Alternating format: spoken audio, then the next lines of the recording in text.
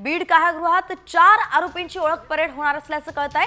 सुदर्शन घुले, जयराम चाटे, प्रतीक घुले आणि महेश केदार यांची ओळख परेड केली जाणार आहे।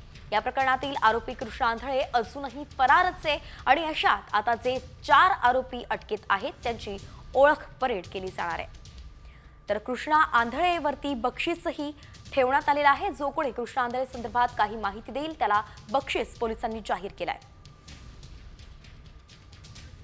अत्यंत महत्त्वाची अशी ही बातमी आपण पाहतोय। गेल्या महिना ते दीड महिन्यापासून जे बीड हत्या प्रकरण, बीड सरपंच हत्या प्रकरण गाजतंय त्यामधील 8 आरोपींना सध्या ताब्यात घेण्यात आलंय आणि यातील 4 आरोपींची आता ओळख परेड केली जाणार आहे। बीड कारागृहात ही ओळख परेड होणार असल्याचं कळतंय।